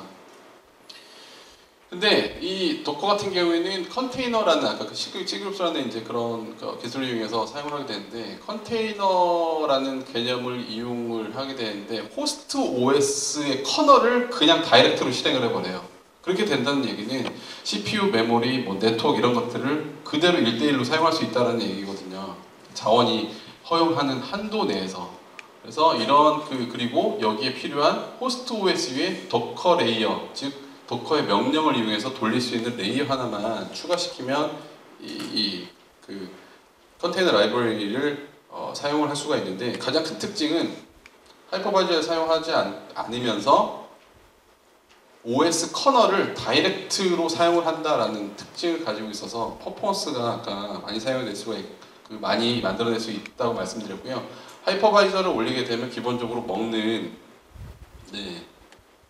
그닥 크게 먹진 않지만 기본적으로 먹는 리소스 자원이 있어서 실제 사용량 대비 굉장히 다르다라는 이제 훨씬 더 많이 사용한다라고 볼 수가 있고 게스트 OS 쪽에서 애플리케이션 이제 개발하게 됐었을 때 애플리케이션이나 아니면 설치된 게스트 OS의 소프트웨어 변경을 하게 되면 아까 템플릿 같은 것들을 뜬다라고 말씀드렸는데 소프트웨어 갑자기 저희는 이제 여기다 아파치 뭐 2.2.12 버전을 설치해놨어요. 근데 보안 관련된 부분 때문에 어느 날 갑자기 아파치 2.2.15로 전체 서버를 전부 다 올려야 되는 상황이 발생이 되어진다라고 하면 아까 말씀드린 셰프라는 걸 사용하거나 아니면 이후의 버전을 위해서 버전 변경이 되어져 있는 형태의 게스트 OS 템플릿을 새롭게 만들어야 된다라는 부가적인 작업이 필요하거든요. 근데 얘는 어떻게 되냐면 변경 사항이 있다라고 하면 아까 기세 개념을 사용한다고 했잖아요. 리파지토리를 통해서 변경 사항이 있다라고 하면 컨피그레이션 변경된 사항에 해당하는 부분에 OS의 변경 사항을 적용을 하고요. 그러니까 도커의 변경 사항을 적용하고 변경된 부분을 커밋을 때리게 되면 소위 리파지토리 쪽으로 변경된 내용만 올라갑니다. 그리고 모든 다른 컨테이너 쪽에 도커의 OS에서 당겨받기만 하면 변경된 컨피그레이션들 전부 다 당겨받을 수가 있어요. 그런 식으로 해서 모든 서버를 하나의 동일한 환경으로 매칭시킬 수 있는 그런 환경들을 제공을 해주는 게 이 도커라는 곳의 특징이고요. 사실 기존의 리눅스의 리파지토리, 레덱 계열 같은 경우에는 염 리파지토리 같은 것들이 있어서 RPM 패키지 같은 것들을 변경된 것을 가지고 올 수가 있게끔 되어졌었는데 걔는 통째로 다 움직이거든요. 패키지 자체가. 근데 도커 같은 경우에는 딱 변경된 메타들만 옮겨 다니기 때문에 굉장히 라이트웨이트하고 빠르게 움직일 수 있다라는 특징을 가지고 있습니다. 그래서 리포지토리, 도커 컨테이너 이미지 리파지토리라는 걸 이미 굉장히 많이 구성이 되어져 있는 상태고요. 저희는 뭐 하냐면 개발 환경을 그대로 만들어요. 도커라는 거 이미지를 베이스 이미지, 뭐 CentOS 뭐 6.4 베이스 OS 이미지를 가져다가 거기다가 아파치 깔고 거기에 필요한 라이브러리들 깔아가지고서 도커라는 빌드라는 걸 이용해서 얘를 푸시를 하게 되면 도커 컨테이너라는 곳에 올라가게 되고요. 개발 서버 호스트 베어메탈 쪽, 그러니까 개발 서버 또는 스테이징 서버, 운영 서버의 베어메탈 호스트 OS에 가서 명령어로 그냥 docker 명령어로 풀을 하게 되면 여기서 구성했었던 아파치 버전의 OS가 그대로 다 내려옵니다. 개발이나 운영 쪽으로 한 방에 내려올 수 있게끔 그렇게 구성을 해서 사용할 수가 있고, 컴피레이션 변경이 이루어졌다. 여기에 있는 그 아파치 웹서버의 베이스 이미지에 apache.http:/conf 파일이 올라오게 되면 이걸 해당하는 것들을 가져다가 변경 사항만 http conf하고 라이브러리만 올라가게 되고, 다른 쪽에서 받게 되면 전체를 받는 게 아니라 변경된 것만 받을 수 있게끔 하는 그런 환경이 제공이 되어져 가지고요. 이런 그 각각에 해당하는 것들을 굉장히 라이트웨이트하게 컨테이너를 통해서 서버들을 옮겨갈 수 있는 그런 환경들을 제공을 하는 그런 상태입니다. 그래서 지금 그 전에 방금 말씀드렸던 것처럼 커널을 다이렉트로 액세스해서 이용을 하기 때문에 하이퍼바이저가 보여주지 못하는 성능 이상을 전부 다 도커가 보여주게 되는데요. CPU, 메모리, 디스크 같은 경우에는 거의 1:1 성능을 전부 다 만들어낼 수가 있고, 네트워크 같은 경우에는 약간 좀 퍼포먼스가 떨어질 수 있는 부분이 있다라고 하지만, 지금 다시 벤치마크를 다시 해본다라고 그러면 지금 1.0이 올라왔기 때문에 성능은 더 근접하게 올라왔을 거라고 제가 판단을 하고, 그리고 테스트를 해볼 예정에 있습니다. 일반적인 빌드 배포 방법으로 실제 뭐 테스트, 그러니까 빌드, 테스트, 뭐 이런 QA 같은 것들이 진행을 이런 식으로 개발하고 테스트 케이스 만들고 리파지토리에 올려서 CI, Continuous Integration 툴 이용해서 뭐 젠킨스 같은 것들을 활용해가지고서 개발 서버, 스테이징 서버, 운영 서버 개발해서 개발자들이 테스트하고, 스테이징에서 QA에서 각각을 테스트를 하고, 그게 다 되어지게 되면 운영으로 이제 빌드에서 넘기는 이런 개발 라이프 사이클을 저희가 생각을 해볼 수가 저게 이제 가장 일반적인 케이스죠. 그래서 이런 부분들에 대한 뭐 변경, 컴피레이션 같은 것들을 하기 위해서 이제 요거는 이제 예전에 실제로 프로젝트 했었던 곳의 부분인데, 이제 아까 그런 컴피레이션 매니지먼트, 변경에 관련된 부분들이 가장 화두가 됐어서 아예 저희 같은 경우에는 특정 곳에 가서 이제 컨설팅 같은 거 했었을 때 RPM 리파지토리 같은 것들을 만들거나, 아니면 뭐 파이썬의 패브릭이라는 이제 이런 기법들을 이용하거나, 아니면 특정한 리파지토리를 활용해갖고 변경 사항만 긁어와서 실제 서버들을 맞추는 이런 부가적인 작업들을 굉장히 많이 하고 있었거든요. 그래서 일반적인 버전 매니지먼트, 빌드 리포팅, 그 다음에 이제 자동 설치, 컨피그레이션 매니지먼트까지 이런 식으로 굉장히 다양하게 시도를 하고 있었는데요.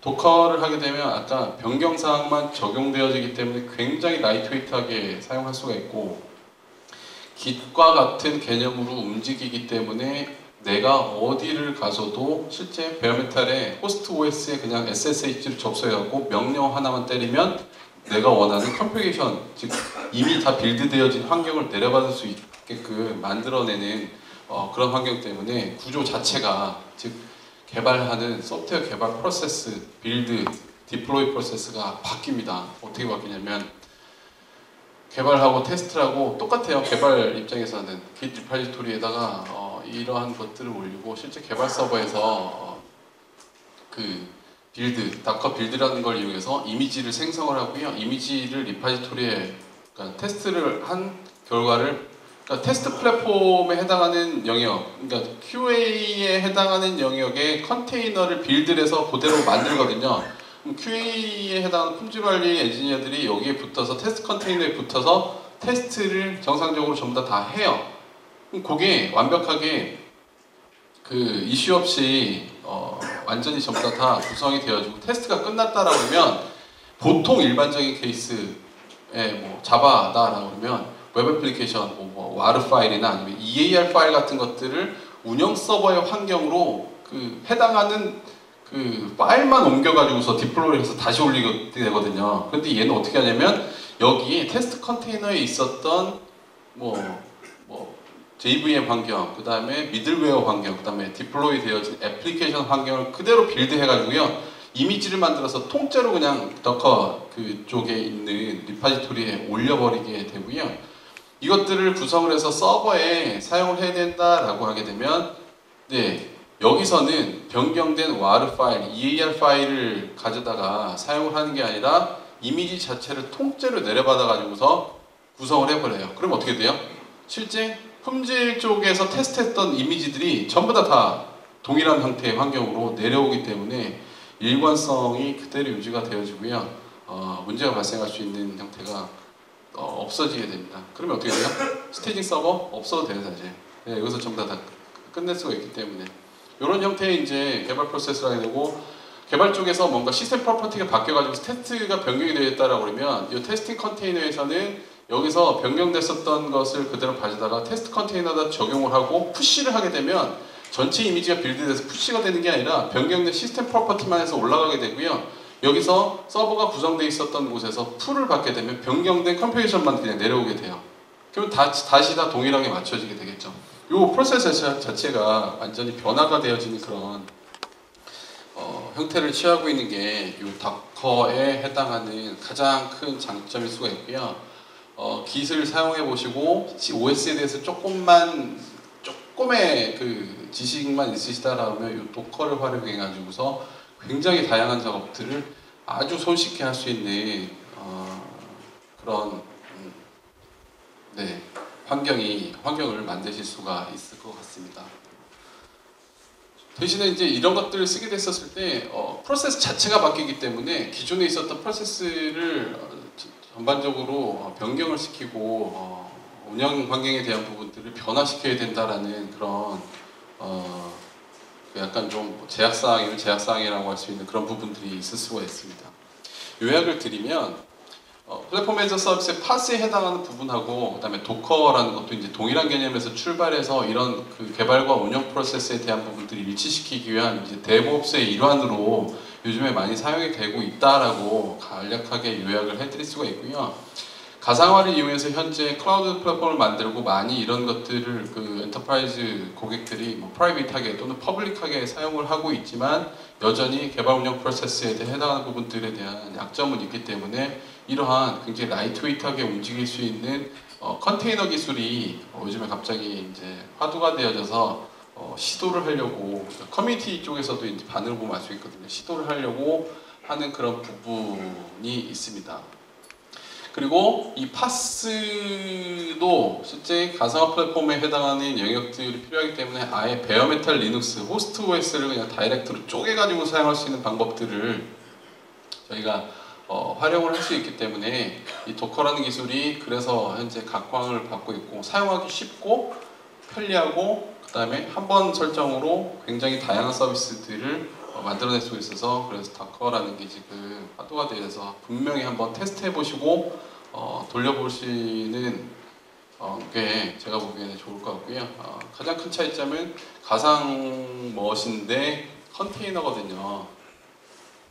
VM 같은 경우에는 하드웨어 리소스 구성 단위를 할당하는 게 굉장히 유용하다라고 하고 컨테이너는 소프트웨어 전달 단위거든요. 결국에 내가 필요한 소프트웨어 전달 단위이고 프로세스로 보여요. 실제 더커라는 저희한테는 OS가 하나 새롭게 뜨는 것처럼 사용하는 거지만 실제로 호스트 OS에서 바라보게 되면 그냥 LXC라는 리눅스 컨테이너 프로세스로 보이게 되거든요. 그래서 완전히 서로 영역을 분리시켜서 커널 레벨로 작동이 되기 때문에 굉장히 빠르고 개발 프로세스 관점에서 보게 되면 전체 지금 개발부터 운영까지 일원화시킬 수 있기 때문에 굉장히 빠르게 개발을 하고 서비스를 만들어낼 수 있다는 그런 특징 때문에 반드시 한번 살펴보시고 나중에 회사 내부에서도 한번 필요하다라고 그러면 이용해 보실 수 있는 그런 충분히 가치 있는 도구라고 생각을 합니다.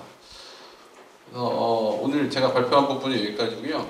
궁금하신 사항이 있으시면 네. VM 서버 같은 경우에는 네. VM 쓸 때는 이제 기술적으로 내가 가상화 설정이라는 부분 중에 트러블이 있다 그러더라도 그쪽에 제한되어서 영향을 주잖아요. 네. 다른 영향을 안 주는데 네. 더커 같은 경우는 어떻게 되나요? 안에 어떤 프로세스 문제가 생겼으게 되면 네. 어떻게 보면 커널 안에 하나의 프로세스 뜬 것처럼 보이는 건데 네. 이게 문제가 생기면 커널 전체 영향을 줘가지고 네. 다른 데도 영향을 주게 되는 그런 현상이 나오지 않을까요? 아니 그렇게 완전히 완벽하게 분리되어 있습니다. 프로세스 자체가 완전하게 분리가 되기 때문에 OS 위에 하나의 프로세스가 문제가 발생했다라고 하면 저희는 그 레벨에서 그 프로세스만 뭐 만약에 그 킬을 시킨다든지 그런 식으로 사용할 수가 있거든요. 사실 가상화에서도 하이퍼바이저 영역에 또는 그거를 인해서 발생할 수 있는 문제는 동일하거든요. 그 부분에 대한 거는 사실 내부의 운영 정책에 대한 부분을 어떻게 가져갈지에 따라서 달라질 수 있을 거다라고 생각하고 있습니다. 실제로 VM 써보면은 실제로 이제 그 DB/IO 하다가 네. 어떤 프로세스 쪽에 문제가 생긴다더라도 그쪽에서 제한을 주기 때문에 네. 다른 프로세스는 영향을 전혀 안 미쳤거든요. 네. 이거 같은 경우 얼핏 보기에는 컨테이너 안에 그쪽에 DB를 어떻게 핸들링하고 있다가 네. 만약에 어떤 특별한 폴트가 발생하거나 네. 뭐 문제가 발생하게 되면 거기서 발생하는 이펙트가 다른 컨테이너 아니 가상화 환경하고 동일하다라고 보면 동일하죠. 동일한 개념이고요. 동일한 형태에서 시작이 되어진 프로젝트이기 때문에 완벽하게 분리가 되어 있고 각각의 프로세스를 그 중재하고 있는 도커 레벨에서 전부 다 관리를 하고 만약에 문제가 발생한다라고 하면 그것들을 제어할 수 있는 방법들이 다 제공이 되어지고 있어서요. 네, 그 부분에 대한 거는 가상화 환경, 하이퍼바이저 상의 가상 환경하고 동일하다라고 보시면 됩니다. 혹시 그 이제 이거 돌려볼 수 있는 데모 사이트 같은 거 있어요? 앞에 얘기 나왔던 그런 이제 베라건트라고 하는 실제 돌려볼 수 있는 그러니까 버추얼박스에 그러니까 아예 패키지로 되어져 있거든요. 레드 7 같은 형태 같은 경우에 도커라는 이제 기술이 이미 포함이 되어 있어서 그냥 명령을 OS에서 치게 되면 그냥 그대로 하나 컨테이너 생성이 되어버려요. 그런 식으로 해서 만들 수가 있고요.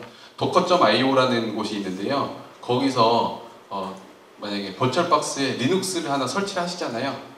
버추얼박스를 하셔 윈도우나 버추얼박스에 리눅스를 하나 설치를 하시고 거기에 도커 패키지를 다운로드 받으셔서 도커 명령을 치고 이제 도커에 서치를 하게 되면 docker.io에 리파지토리가 있거든요. 리파지토리에 있는 OS들이 굉장히 있는데 거기 보면 이제 별의별 게 다 있어요. Node.js가 미리 설치되어 있는 거, 아파치가 미리 설치되어 있는 거, 레디스가 미리 설치되어 있는 거 그게 다 있어서 도커풀 해당하는 이미지명 하게 되면 그냥 방금 실행하셨던 버추얼박스 OS에 그 OS가 그냥 내려와요. 그래서 실행을 하게 되면 그 OS에 그 콘솔로 이동을 하게 되거든요. 그러면서 이제 명령을 치게 되면 이제 호스트 쪽에 있는 커널을 건드리게 되지만 상위에 있는 그러니까 가상의 OS에서 저희가 명령을 치고 모든 것들을 할 수 있게끔 하는 그런 개념입니다. 그래서 docker.io에 해당하는 부분으로 가상 머신 뭐 그런 것들 필요 없어요. 리눅스 PC 하나 있으시다라고 그러면 docker.io 패키지 다운받으셔서 명령어 치면 그냥 그 리파지토리 접속하고 컨테이너 받아서 바로 실행시켜 보실 수가 있어요. 가상화하고는 이제 그 하이퍼바이저 위에 가상화 환경하고는 완전 레벨이 다릅니다.